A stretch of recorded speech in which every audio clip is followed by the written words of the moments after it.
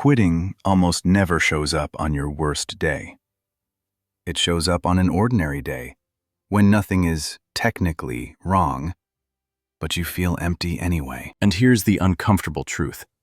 The moment you feel like quitting is often the moment you're closest to a real upgrade. Not a result, an upgrade in who you are. If you're tired, discouraged, or quietly thinking, maybe this isn't for me, I'm going to give you a simple reset you can use in minutes, a GPS-style framework, plus a 3-2-1 plan that helps you remember your reason, regain momentum, and stop falling into the same quit loop. And at the end, I'll tell you the one hidden reason your why sometimes stops working, because that's what causes most people to disappear right before things get better. Picture a random Tuesday night. You sit down to work on the thing you promised yourself you'd build, your fitness, your business, your channel, your skill. But your phone won't stop buzzing. Bills, messages, deadlines, someone needing something from you.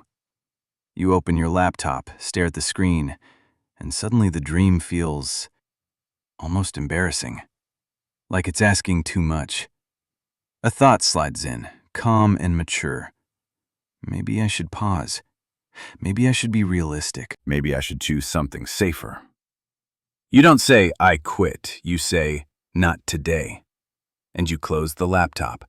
But you don't feel peace, just a quiet heaviness you can't explain. That heaviness has a reason. Let's break it down into 3 things. First, your brain is built for comfort, not destiny. When progress is uncertain, your brain starts protecting you. It offers you safety, scrolling, snacks, sleep, distractions, anything that gives quick relief. That's not laziness, that's survival wiring. Second, the middle looks like nothing, so it feels like failure. At the beginning, progress is obvious. You're learning, you're excited, you're building. But the middle is quiet. No applause, no instant proof. No viral moment, just repetition. And repetition without reward triggers doubt. Third, quitting feels logical when your internal map gets blurry. You started with a clear picture, who you'd become, what would change, what this would mean. But after weeks of resistance, your mind loses its coordinates. And when you don't know where you are, your destination feels fake. And your engine shuts off. So here's the key idea for Chapter 1. You don't need more motivation. You need a recalibration. Because quitting is often just a signal saying, I forgot where I am and why I'm still walking. Here's the reset. Simple, practical, no hype. Step 1. When you feel like quitting, do the GPS check in 2 minutes per day. When that quitting thought shows up, don't debate it. Name it and map it. Take a note on your phone and write coordinates, thinking. What am I feeling right now? Tired, overwhelmed, ashamed, bored, lonely? Destination, goal. What am I actually trying to build? Freedom, confidence, stability, respect? Health? Engine. What's missing? Energy or structure? This takes 2 minutes. And it works because it separates emotion from truth. You stop being inside the storm and start observing it. Step 2. When you feel stuck. Do the 10-minute traction move every day. Quitting wins when the next step feels too big. So we shrink it. Ask, what's the smallest step I can do in 10 minutes that proves I'm still in the game? Example, write 10 lines, do 20 push-ups, send 1 email, outline 3 bullet points, edit 30 seconds of footage. 10 minutes is powerful because it doesn't require a perfect mood. And once you start, the engine turns on. You stop negotiating. Step 3. When your life gets chaotic. Use the 3-2-1 plan once per week. This is the structure that keeps your dream alive when motivation dies. 3 goals. Impact. Write 3 outcomes for the next 6 to 12 months. 1 financial, one identity, one lifestyle or relationships. Make them real. 2 focus blocks. Calendar reality. Pick 2 weekly blocks you'll protect no matter what. Not when I feel like it. Real days, real times. 1 discipline cut, 14 days. Remove 1 leak that's stealing your energy. Doom scrolling, late nights, random commitments, endless research. 1 cut, 2 weeks. This is how you stop living in reaction and start living on purpose. And to lock it in, end each day with a 60-second review. Done. What moved me forward today? Learn. What almost pulled me off track? Next. What's tomorrow's first 10-minute traction move? That's your GPS staying online. Let me bring this home. When you feel like quitting, it doesn't mean you're weak. It usually means you're standing at the exact point where the old version of you wants comfort and the new version of you wants growth. And the bridge between those 2 versions isn't motivation. It's remembering your reason, then backing it with a system that doesn't depend on feelings. Here's your guiding sentence for this chapter. Feelings are weather. Your goal is climate. 1 small action for tomorrow. Before you go to sleep tonight, write your why in 1 line. Simple and practical. Then choose 1 10-minute traction move for the morning. Put it on your calendar like an appointment, because when you change your coordinates, the destination becomes visible again, and the engine turns back on. Sometimes you do remember why you started, and you still want to quit. You replay the origin story. You tell yourself, come on, this matters. You try to push through, yet the fire doesn't come back. That doesn't mean you're lazy. It doesn't mean you're broken. It usually means your why isn't strong anymore. Or it was never yours to begin with. In this chapter, I'll show you how to spot the borrowed why that drains you, replace it with an anchored why that survives real life, and use a simple 3-step system so you don't disappear the next time the middle gets quiet. And near the end, I'll give you a 1-sentence script you can use the moment quitting starts whispering, because it shuts down the quit loop fast. Imagine you're actually making progress now. You've been consistent for weeks. You're not a beginner anymore. But one night, you scroll and see someone your age already ahead. More money, more followers, better results.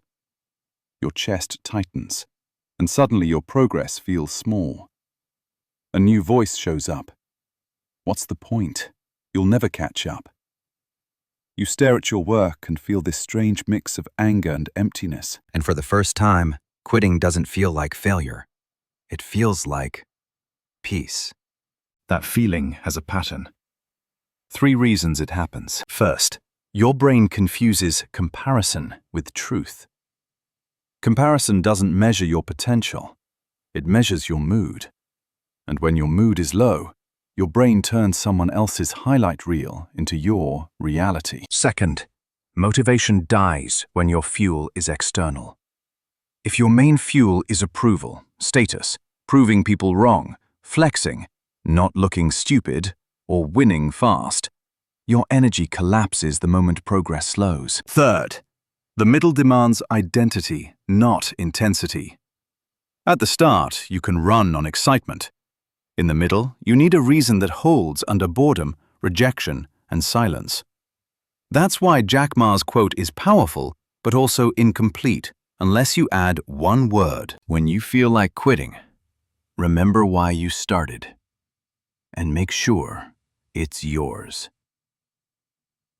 So the real issue isn't your goal, it's your fuel source. Here's how you upgrade your why and build a system that survives reality. Step 1. When you feel drained, do the why audit in 5 minutes. Write your why in 1 sentence. Then test it with 2 questions. Would I still do this if nobody could see it? If the answer is no, your why may be borrowed. Does this why create peace or pressure? Pressure can create speed, but it rarely creates endurance. Now, label your why. Borrowed why. I want to prove them wrong. I want to look successful. I can't fall behind. Anchored. Why? I want freedom. I want self-respect. I want stability for my family. I want to become disciplined. Borrowed why isn't bad. It's just unstable. Anchored why is slower, but it doesn't collapse. Step 2. When quitting feels logical. Replace borrowed with anchored.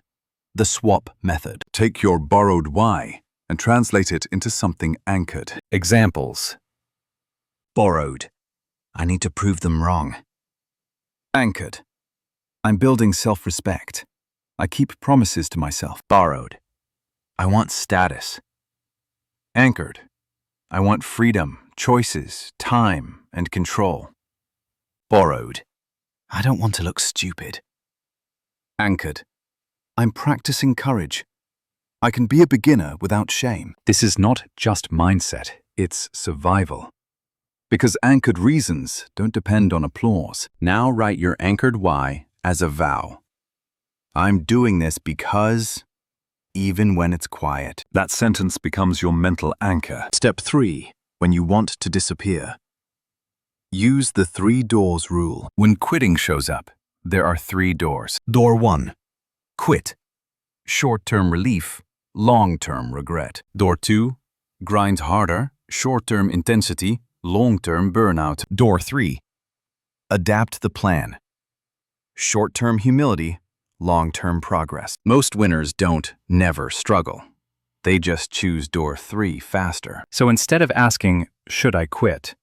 Ask, what needs to change so I can continue? Then adapt one thing. The schedule, smaller, more consistent. The strategy, simplify the plan. The environment, remove triggers. The inputs, sleep, food, focus. The support system, accountability. You don't change the destination because the road got hard.